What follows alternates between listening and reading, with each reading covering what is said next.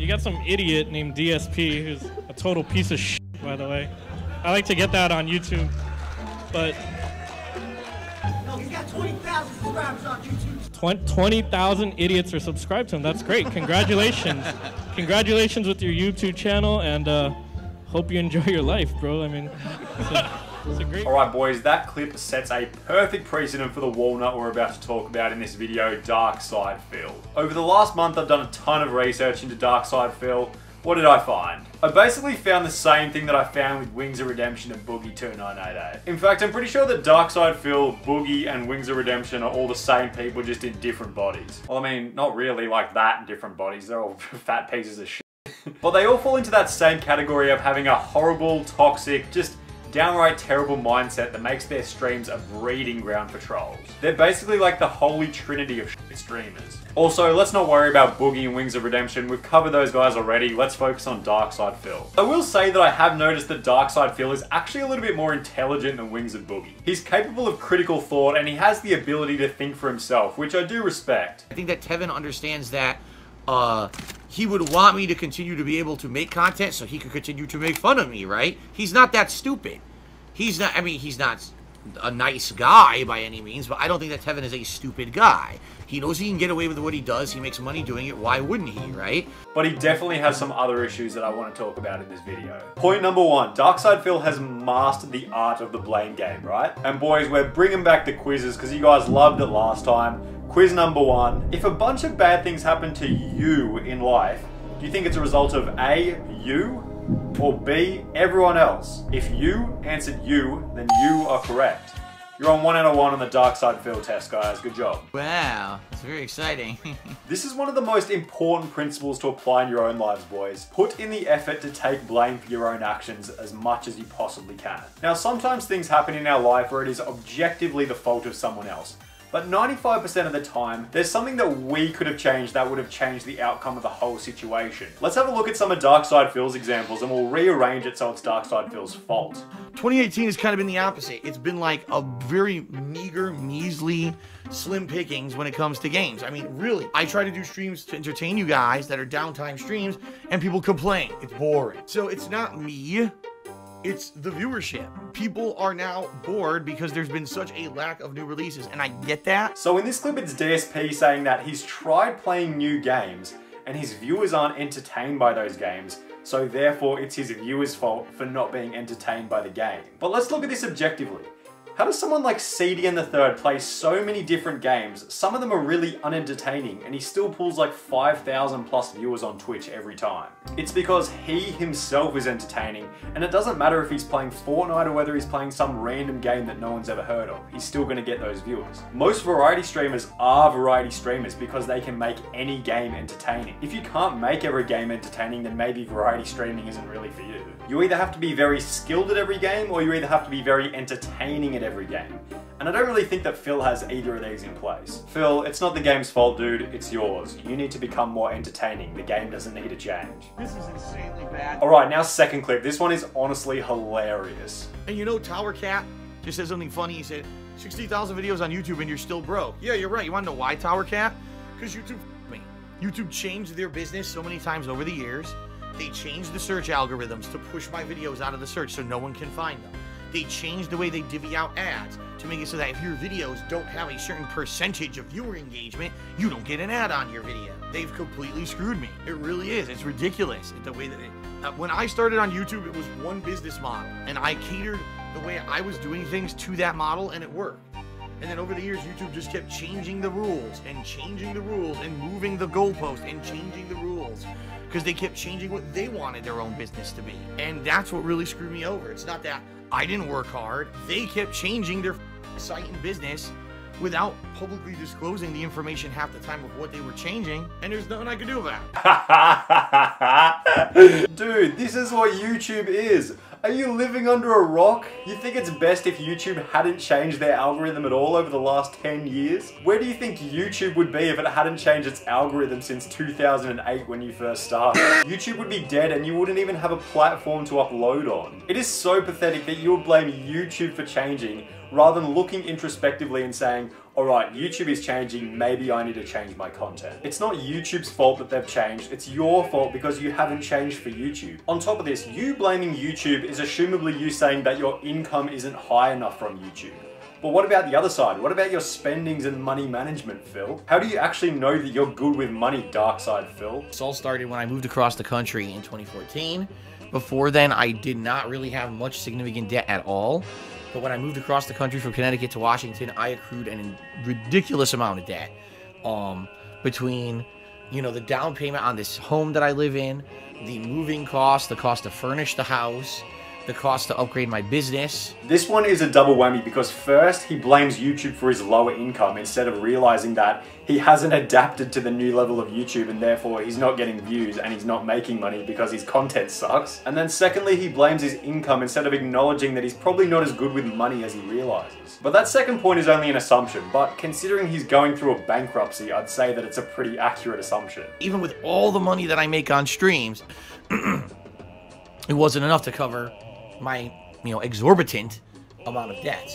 So basically by the middle to end of last year, I decided I had to take drastic action and, you know, figure out what the hell am I going to do, because I can't, I'm not paying one of my mortgages, which I can't afford anymore. I know they're going to foreclose and try to come after me for money that I don't have. And the unsecured debts aren't getting any better. What do I do? You know, as you know, I filed for bankruptcy, which I told you guys 2 weeks ago. And you could make that argument that's like, oh yeah, Donald Trump, he went through 6 bankruptcies, so being bankrupt doesn't mean you're bad with money. But no, like most of the time you going bankrupt is just a result of poor money management. Once again, Phil, it's not YouTube, it's your own money managing that's the issue here, dude. Other streamers also get attacked by trolls, but they either have time or money they can afford to throw at the problem to counter it, something you can't afford to do in your current situation. P.S. Happy New Year, maybe better than 2018. I mean, yeah, I have no time or money to throw at anything, let's be honest here. Alright, this one here is just straight delusion. So you're saying that the best way to fix the trolls in your chat is to throw time and money at it? Dude, trolls in your stream are the result of your own personality, not time or money. Let me ask you a question then. If you had all the time and all the money in the world, what would you do that would get the trolls out of your chat? Probably nothing, because that's not the fix for trolling. I guess if you had all the time in the world, you could go and do some research or read some books into how to actually become a likable person. That would get rid of the trolls. The trolls would stop if you actually became a chilled out, likable person. And you have more than enough time to go and do some research on social intelligence for 1 hour every night, DarkSydePhil. DarkSydePhil also shares the same personality trait as Iceposeidon, where he gives the trolls a lot of attention. We talked about this in the swatting video a few months back. We'll start this point off with a quiz. If you're giving all the trolls heaps of attention for half your stream, do you think that they are A, gonna stop trolling, or B, keep trolling? If you answered B, you're correct. That's what trolls want, they feed off attention. If you take away the attention from the trolls, they literally just stop trolling. If DarkSydePhil just set himself a challenge of not talking about the trolls or not speaking negatively for 1 or 2 months, the trolls would literally have nothing to upload on YouTube. I remember this one thing that Nick-A30 said, often considered one of the most positive streamers in all of streaming history. When he was talking about building a good audience, he said that he only gives attention to the positive comments and he ignores all the negative comments. DarkSydePhil does the opposite of this. He does not for 1 second focus on anything positive, and he only focuses on all the negative comments in his stream. All the bad things that have happened to him or how he's feeling bad. Look at this example. What did I do to celebrate Christmas this year? Well, first of all, I decorated the house, okay? And basically, what did we do? We put up some nice things. Most of the stuff we decorated the house with is all old stuff that I had from previous years, because I don't have a lot of money, you know? So all the stuff you see behind you is all from previous years. I didn't buy a single new light. Someone gives him a really positive donation about what he did for Christmas, and instead of just giving them a pleasant, positive response back about what he did for Christmas, he turns it into, I didn't do much because I didn't have any money. This is not entertainment, and to be honest, it's kind of just sad. Again, think about it. For 1 month, if he only said positive things on stream, what would the trolls have to upload to YouTube? In the process, he would probably convert a lot of those trolls into genuine viewers because they'd notice the change in the pleasant vibe in the stream. Oh, Swaggers wants to know which is harder to take off on, Twitch or YouTube. I would say YouTube. YouTube's almost impossible now because the algorithms and things that they've employed. It's almost impossible to get a video seen on YouTube unless you're absolutely 100% toxic. All my videos I did on KO Gaming, The videos that took off were the ones that were, this is the worst game I've ever played. Anything that was a good review, no one wanted to see. But a toxic ass video fucking went nuts, right? Wait, so it's impossible to be seen on YouTube if you don't have toxic content? Wait, so how would you explain these 2 videos that I uploaded in the last 2 weeks, which are both building up my favorite YouTubers? They've been my 2 most successful videos that I've ever uploaded, and they both have a 98% non-subscriber viewer base. Sorry, DarkSydePhil, but I'm gonna give you a bit of a reality check here. It's hard to get noticed on YouTube if your content is garbage, which yours is. It's like they have to find these extreme measures to get noticed in order to become popular. Not really, dude. You just have to put out content that people actually want to watch. No one wants to sit there and watch a 9-hour playthrough of a game that 99.9% of people have never heard of. That kind of content was popular in what, 2012? No one wants to watch a 9-hour playthrough of a game when you can get the same entertainment from a different video in 10 minutes from a different YouTuber. This isn't 2011 YouTube anymore where people want to watch round 1 to round 100 of Nazi zombies on Black Ops 1. I don't make enough money to hire people to tackle trolling and do, you know what I mean? I can't hire moderators, I can't hire people to do this kind of stuff. Man, this one just goes hand in hand with that other clip that I showed before. Hiring moderators to tackle the problem is only gonna make the problem worse, dude. It's just giving them an opportunity for more attention. Let's do a great case study from everyone's favorite, Wings of Redemption. Give me a sec, I gotta ban all these people. And we're gonna do another quiz, guys. Does Wings of Redemption's mods banning all of the trolls in the chat, A, stop the trolls from coming in, or B, encourages the trolls even more? Of course it makes more trolls. Again, the way to stop the trolls is to starve them of attention. Banning them does the exact opposite to what the streamer thinks it does. You should be trying to mimic the personality of successful streamers. Do you see people like Shroud banning every single troll in his chat? Oh wait, he's actually a likable streamer, so he doesn't have trolls. That's a bad example. The birthday of Tevin, like I give a f. Alright boys, here's a little side and final note for you guys before we end this video. Try and cut this saying out of your life. I don't care or I don't give a shit.